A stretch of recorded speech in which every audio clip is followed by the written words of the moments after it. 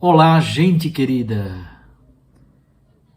Hoje é quinta-feira, dia 24 de novembro.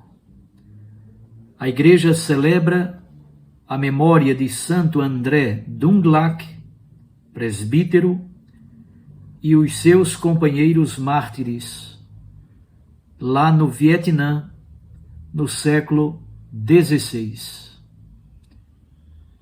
Eu agradeço a sua companhia aqui no nosso canal do YouTube. Você também pode nos acompanhar pela Rádio Maria, é uma rádio digital. Você pode nos acompanhar nas plataformas de podcasts.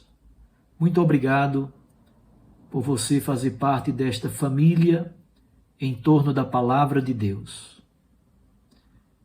Vamos meditar a Santa Palavra, também nos preparar para daqui a pouco assistirmos ao jogo Brasil e Sérvia.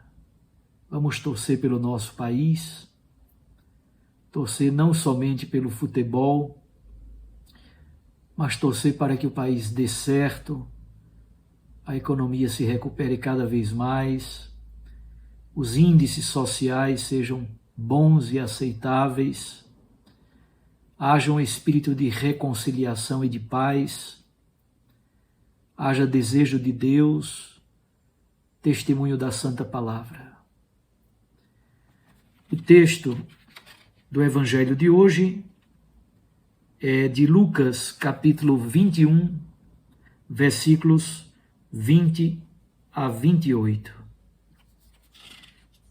Naquele tempo disse Jesus aos seus discípulos: Quando virdes Jerusalém cercada de exércitos, ficai sabendo que a sua destruição está próxima.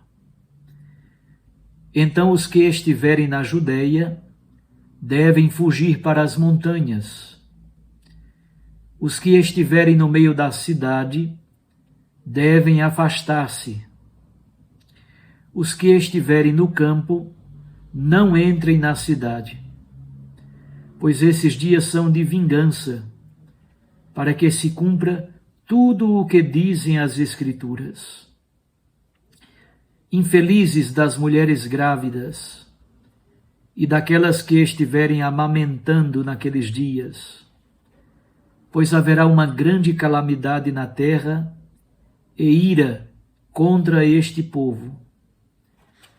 Serão mortos pela espada e levados presos para todas as nações.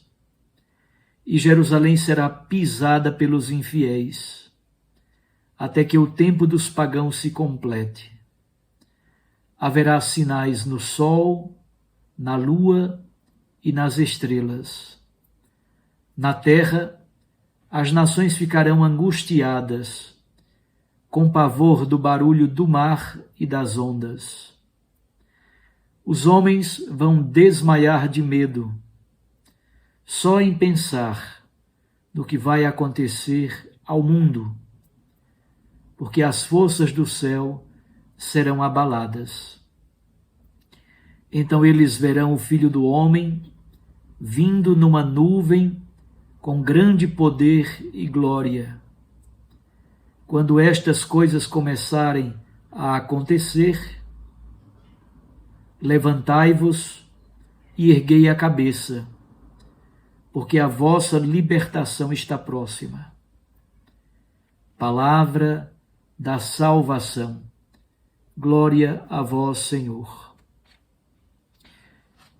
Minhas irmãs e meus irmãos,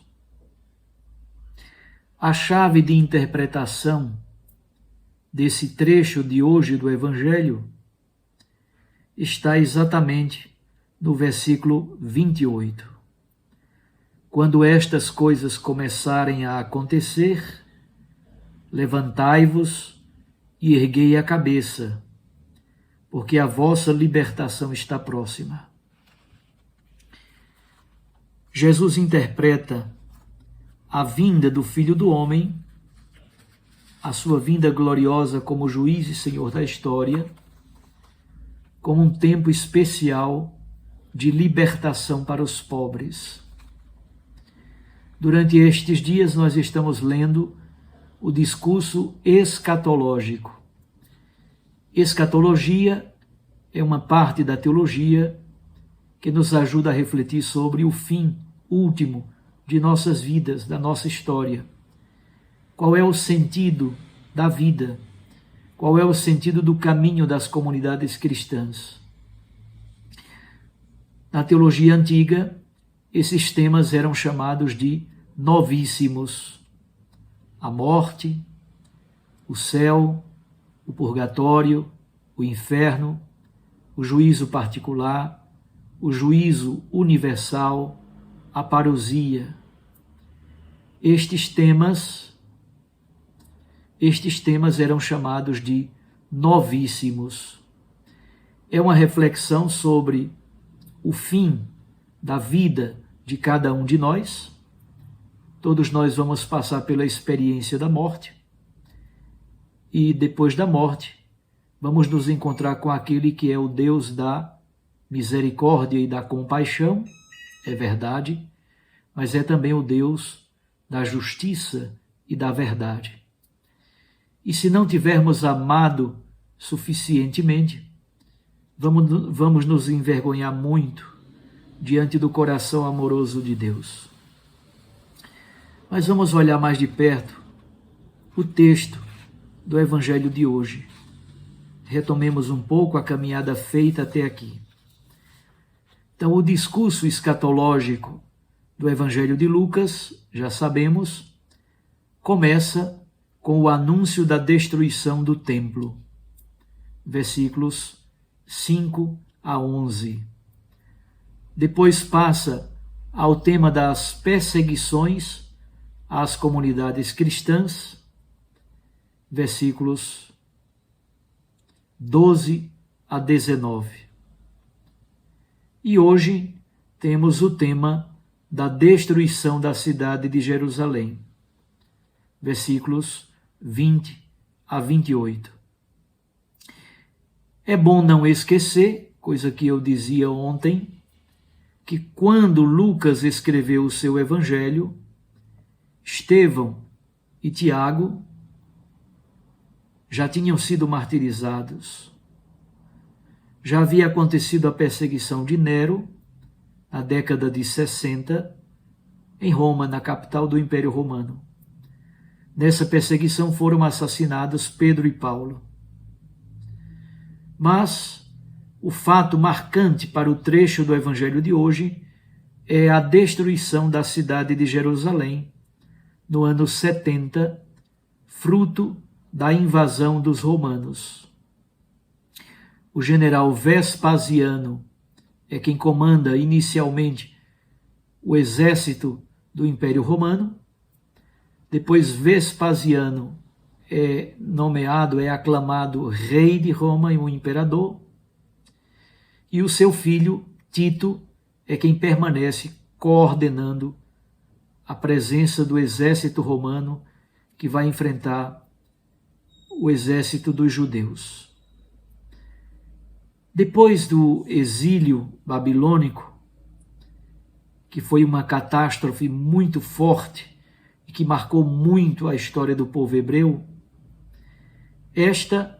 a destruição de Jerusalém e do templo no ano 70, talvez tenha sido a experiência mais dolorosa para o povo de Deus. Muitos foram mortos na guerra, fugiram ou tiveram que se esconder, perdendo as suas famílias e as suas propriedades. Geralmente, a destruição da capital de um país está associada ao seu pecado e à perversidade. No Evangelho de Lucas, a cidade de Jerusalém é o lugar da salvação. Esse lugar tem um papel fundamental no Evangelho de Lucas. Aí é também onde se realiza a manifestação do juízo de Deus. é o lugar do cumprimento das promessas messiânicas. Ao mesmo tempo em que Jerusalém é a meta do Jesus lucano, é também o lugar da rejeição à missão de Jesus. E por isso, ela é destinatária do castigo divino e da vingança de Deus.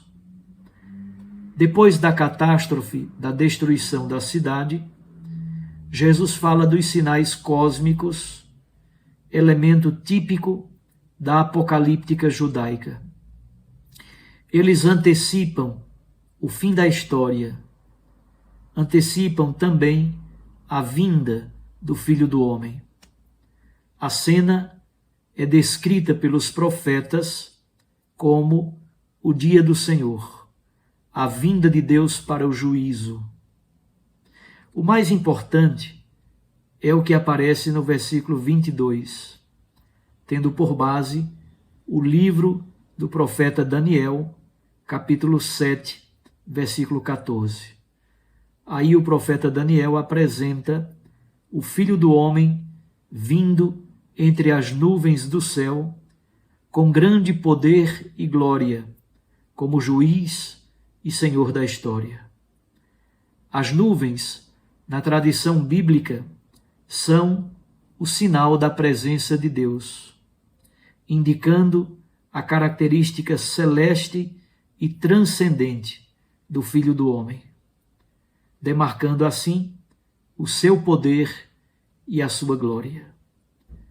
A postura do ser humano diante dessa cena é bastante diversa.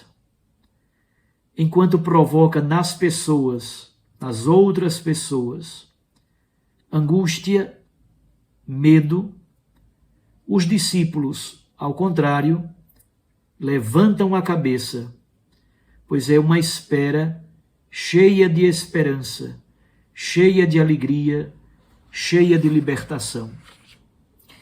É isso que significa escatologia, este fim último e bom, que é certeza da salvação, realizada por nosso Senhor Jesus Cristo, qualifica o nosso viver já agora. E eu vivo o agora como cidadão do céu. Eu antecipo o céu para a minha história pessoal e comunitária. Vivamos então a força da escatologia como antecipação desta realidade última e definitiva, o reinado de Deus sobre a história da humanidade. Um grande abraço a você. Fique com Deus e com sua Mãe Maria Santíssima. Eu os abençoo em nome do Pai e do Filho e do Espírito Santo. Amém.